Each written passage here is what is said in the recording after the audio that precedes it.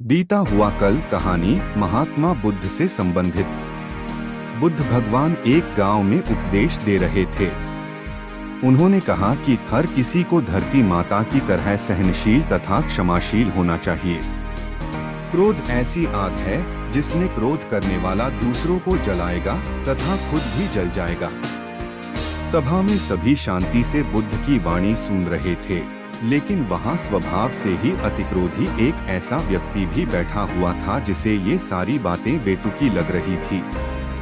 वह कुछ देर ये सब सुनता रहा, फिर अचानक ही आग बबूला होकर बोलने लगा, तुम पाखंडी हो। बड़ी बड़ी बातें करना यही तुम्हारा काम है। तुम लोगों को भ्रमित कर रहे हो। तुम्हारी ये बातें आज के समय में कोई मायने नहीं रखती। ऐसे कई कटु वचनों सुनकर भी बुद्ध शांत रहे। अपनी बातों से ना तो वह दुखी हुए, ना ही कोई प्रतिक्रिया की। यह देखकर वह व्यक्ति और भी क्रोधित हो गया और उसने बुद्ध के मुंह पर थूककर वहां से चला गया।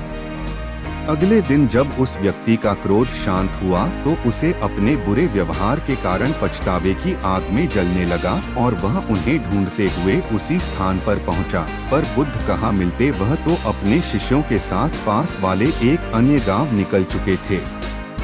व्यक्ति ने बुद्ध के बारे में लोगों से पूछा और ढूंढते ढूंढते जहां बुद्ध प्रवचन दे रहे थे वहां पहुंच गया। उन्हें देखते ही वह उनके चरणों में गिर पड़ा और बोला, मुझे क्षमा कीजिए प्रभु। बुद्ध ने पूछा, कौन हो भाई? तुम्हें क्या हुआ है? क्यों क्षमा मांग रहे हो? उसने कहा, क्या आप भूल गए? मैं वही हूँ जिसने कल आपके साथ बहुत बुरा व्यवहार किया था।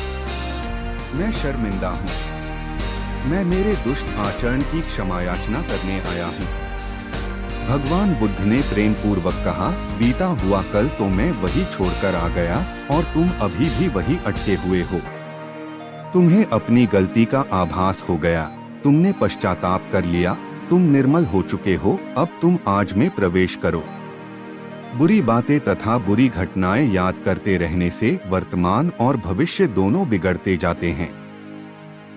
बीते हुए कल के कारण आज को मत बिगाड़ो। उस व्यक्ति का सारा बोझ उतर गया। उसने भगवान बुद्ध के चरणों में पड़कर क्रोध त्यागा तथा क्षमाशीलता का संकल्प लिया। बुद्ध ने उसके मस्तिष्क पर आशीष का हाथ रखा। उस दिन से उसमें परिवर्तन आ गया और उसके जीवन में सत्य, प्रेम व करुणा की धारा बहने लगी। मित्रों, बहुत बार हम भूत में की गई किसी गलती के बारे में सोचकर बार बार दुखी होते और खुद को कोसते हैं।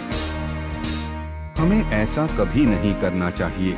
गलती का बोध हो जाने पर हमें उसे कभी ना दोहराने का संकल्प लेना चाहिए और एक नई ऊर्जा के साथ वर्तमान को सुदृढ़ बनाना चाहिए। यह कहानी आपको कैसी लगी दोस्तों? इसे लाइक और एक प्यारा सा कमेंट जरूर करें और ऐसी ही दिलचस्प कहानी के लिए हमारे चैनल को सब्सक्राइब जरूर से कर ले। धन्यवाद।